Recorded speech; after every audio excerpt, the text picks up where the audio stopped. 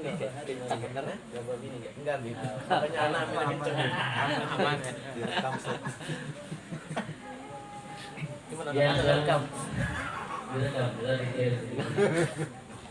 Ya sama-sama kita muliakan juga Syaikhul Hajat Bapak Ustaz Zubdi. Semoga Allah Subhanahu wa taala berikan ketabahan, amin, dan semua amal baik ibadah di malam ini menjadi bukti akan bakti seorang anak kepada orang tuanya meskipun orang tua yang telah tiada. Amin, amin ya rabbal alamin. Alhamdulillah wassalatu wassalamu ala Rasulillah Sayyidina Muhammad bin Abdillah wa ala alihi wa sahbihi wa man wala ma ba'du. Alhamdulillah segala bentuk puja-puji serta syukur kita kehadirat Ilahi Rabbi Allah Subhanahu wa taala yang hingga detik ini masih menunjukkan rasa cinta dan kasih sayangnya kepada kita. Amin ya Allah. Dengan menggerakkan hati dan langkah kita untuk dapat duduk bersama di malam ini, berzikir, bertahlil, bacakan riwayat Nabi Muhammad, yang mana semua itu perlu taufik, kekuatan dan inayah dari Allah Subhanahu wa taala. Tadi saya jalan dari Kampung Baru menuju tempat ini, itu jalan penuh dengan manusia. Manusia yang lalai kepada Allah Subhanahu wa taala. Manusia yang enggak dikehendaki kebaikan oleh Allah Subhanahu wa taala. Manusia yang enggak diberikan taufik untuk dapat duduk di tempat seperti ini, berzikir menyebut namanya, mengagungkannya, mengesahkannya dan membacakan riwayat Nabi kita Muhammad. Ini merupakan nikmat yang sangat luar biasa.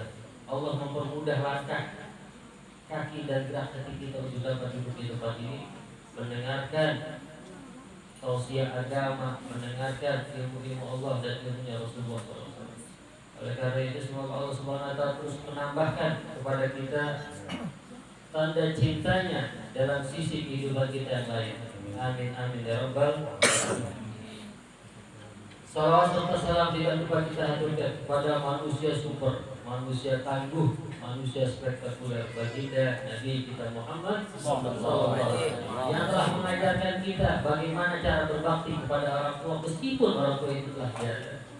Semoga dengan Allah memberikan kekuatan kepada kita untuk terus menumbuhkan kecintaan kita kepada Nabi kita Muhammad SAW. Dan semoga kecintaan kita kepada beliau ini dapat menyebabkan kita waktu dalam keadaan husnul khatimah dan berkumpul kelak di surga Allah Subhanahu wa taala. Amin amin ya rabbal alamin.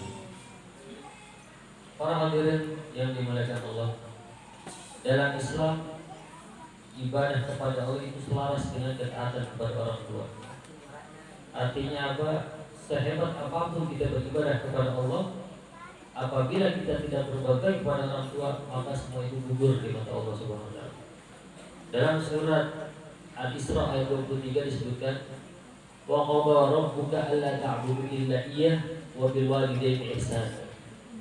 Dan Allah telah menetapkan agar kita tidak menyembah kecuali Allah Subhanahu wa taala dan berbuat baik kepada orang tua. Allah menggandengkan antara ibadah kepadanya dengan ketaatan kepada kedua orang tua.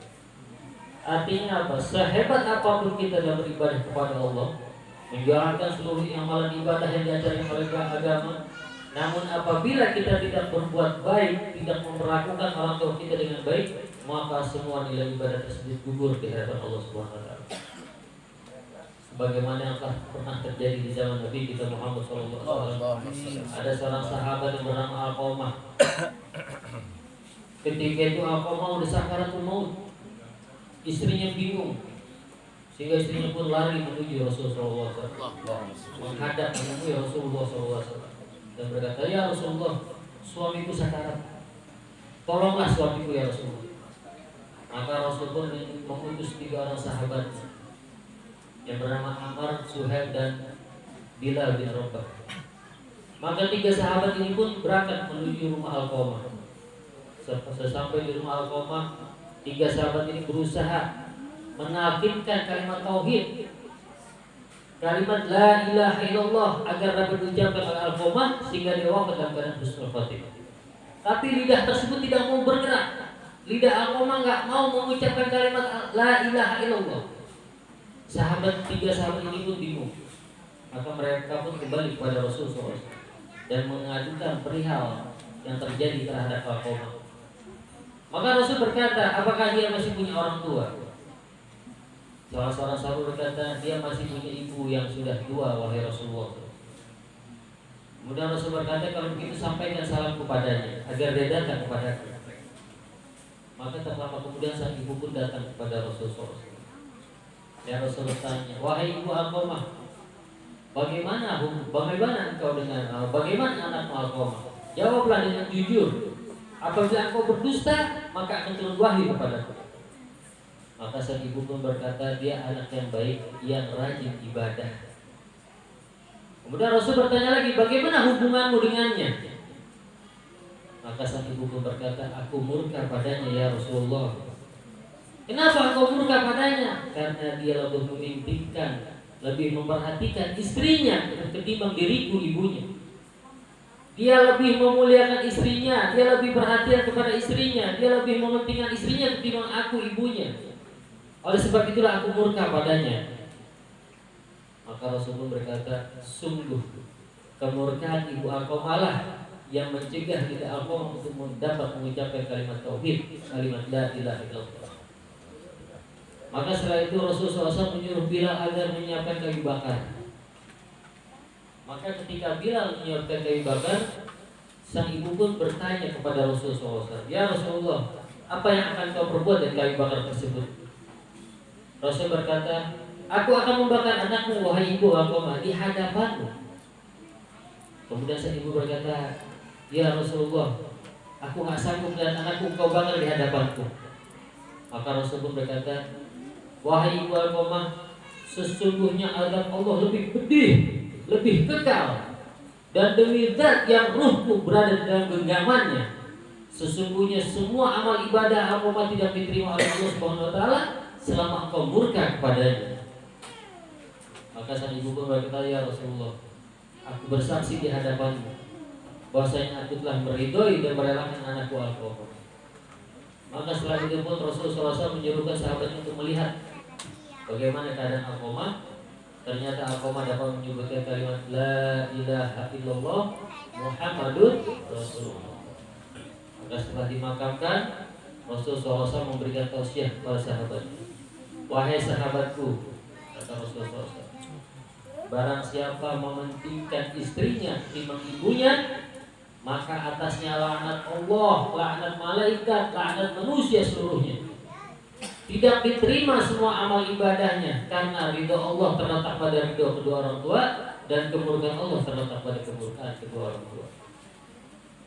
Ini sahabat ahli ibadah yang sudah jelas dijamin surga, hidup sezaman dengan Rasul SAW, mengikuti setiap gerak-gerik yang diajarkan oleh Rasul SAW. Cuma karena dia tidak mendapatkan restu dari ibunya, hampir dia menjadi ahli neraka atau ahli neraka.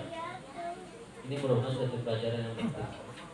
Sehebat apapun kita dalam beribadah, bersedekah dan lain sebagainya, namun apabila kita tidak mendapatkan restu dari orang tua kita, maka semua sia-sia. Dan Rasulullah dan Allah Subhanahu wa taala juga tidak sampai di situ memerintahkan. Lanjutan ayatnya, imma yablughanna 'indakal kibara ahaduhuma aw kilahuma fala taqul lahumā uffin wa la tanharhumā wa qul lahumā qawlan karīmā. Dan apabila kedua orang tuamu telah beranjak tua atau dalam masa pemeliharaannya sudah tua, maka janganlah sekali-kali kau mengatakan kalimat dan janganlah kau membentaknya, dan ucapkanlah kalimat yang baik. Dari ayat ini Sayyidina Abdullah bin Abbas berkata, "Lau alimullah syai'an adna minal uffi lanaha anhu." Kalau Allah Subhanahu wa taala tahu ada kalimat yang lebih ringan dari kalimat niscaya Allah akan melarang dengan kalimat tersebut. Artinya apa? Kita mengatakan saja tidak boleh pada kedua orang tua kita, apalagi sampai membentak.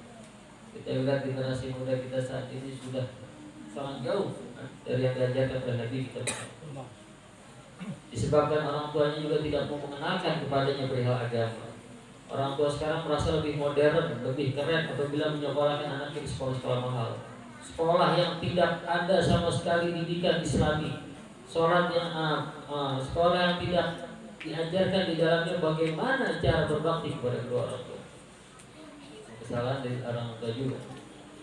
Oleh karenanya, mari kita ajarkan anak-anak kita bagaimana cara berbakti kepada kedua orang tua agar dia tumbuh dewasa dalam keadaan yang baik, dalam keadaan yang penuh keberkahan, dan dalam keadaan yang penuh kemakmuran. Belum lama orang dekat sini juga ada orang datang ke saya, dia minta tolong dibuatkan air doa. Kenapa? Semenjak orang tuanya meninggal, penyakit datang beruntun gak berhenti.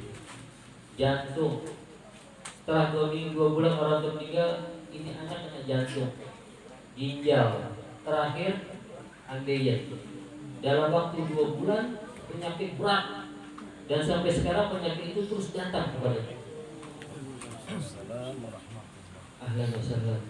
Istamir Sayyid. Ketika saya tanya sebab kenapa kok bisa seorang yang masih muda, belum 40 umurnya, 2 bulan setelah orang tua meninggal langsung kena jantung, ginjal, terakhir ambeien. Kenapa? Saya cari tahu terus, ternyata apa? Ketika orang tuanya masih hidup, detik-detik orang tuanya mau meninggal, orang tuanya ini menyuruh anak tersebut untuk membelikan Ventolin karena nafas sudah gak kuat. Ini anak malah seakan-akan meremehkan. Ya entar dulu, entar. Ini orang tua sakit hati dan berkata, lu bakal rasain apa yang gua rasakan nanti. Itu orang tua ngomong, lu bakal rasain apa yang gua rasain sekarang. Setelah orang tua yang meninggal, 2 bulan kemudian dia merasakan persis penyakit yang dirasakan oleh orang tua.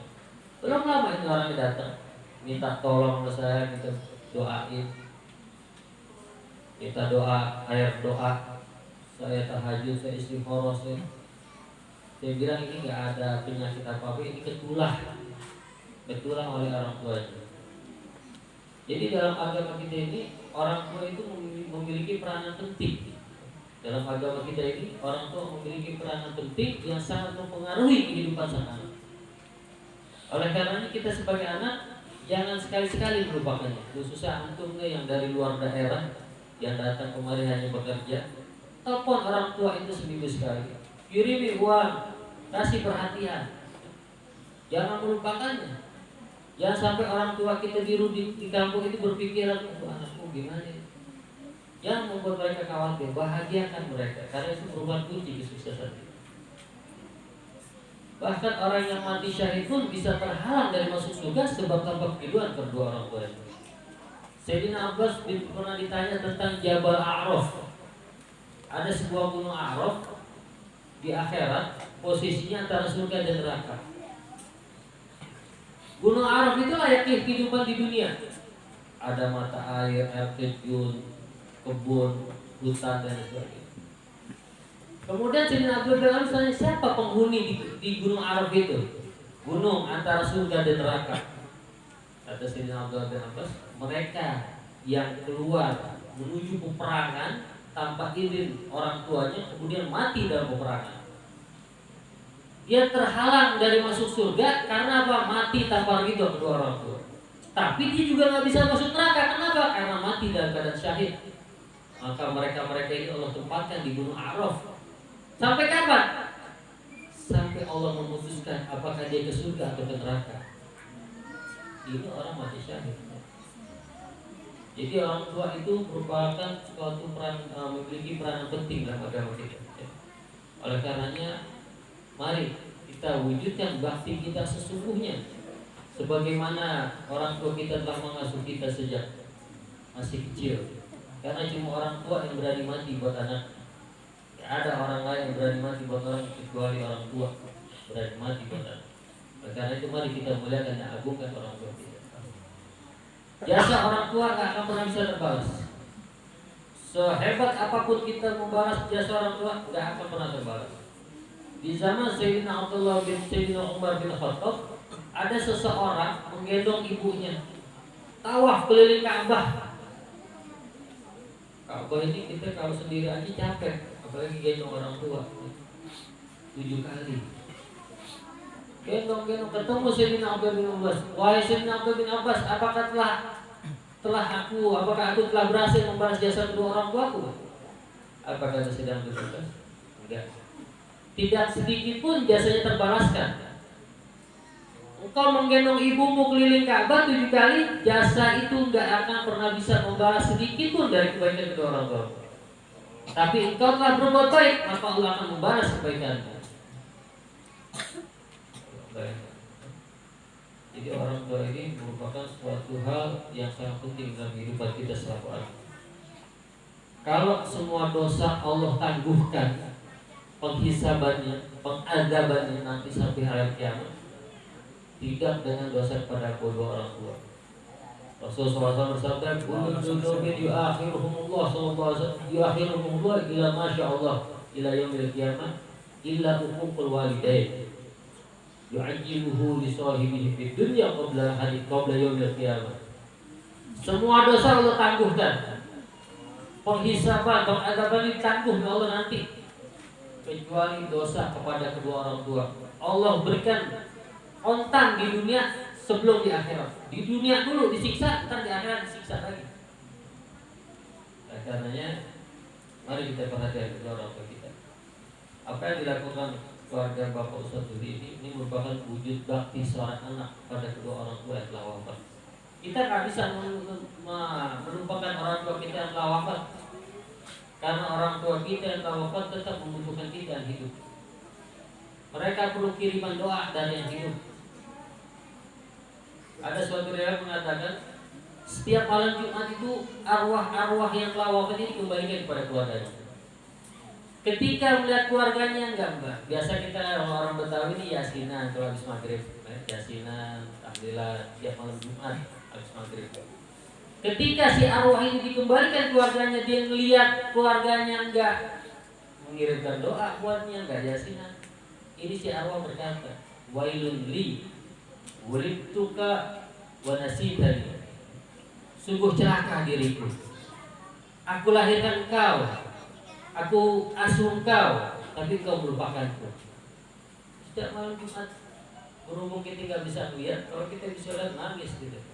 Lihat roh orang tua kita didatangi, sementara melihat anaknya atau keluarganya atau yang ditinggalkannya, melupakannya, nggak baca yasin, udah sibuk pulang kantor kerja capek jam 9 malam udah lelah. Kita lelah buat diri, sementara orang tua kita lupakan.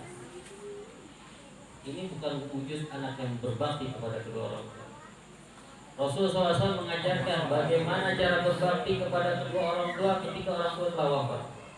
Dalam satu sabdanya Rasulullah SAW bersabda, ketika ditanya oleh sahabat, "Ya Rasulullah, hal bagi aliyah min birri abiwayi abiru bihima ba'da wafatihim?" Ya Rasulullah, apakah ada cara atau sisa untukku berbakti kepada kedua orang tuaku yang telah wafat? Apa kata Rasul? As-sholat alaihim, mendoakannya. Wal istighfar lahuma, memohon ampunan buatnya.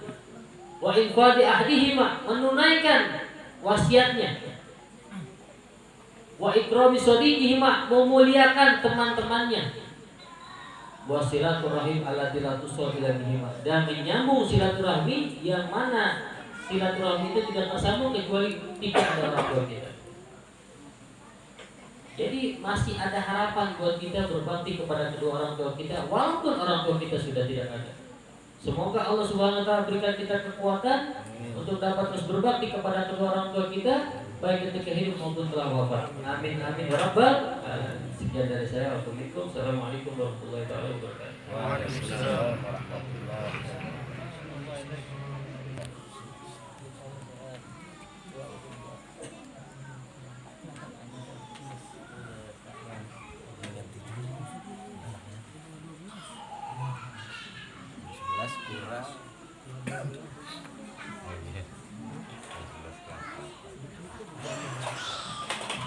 Udah, situ.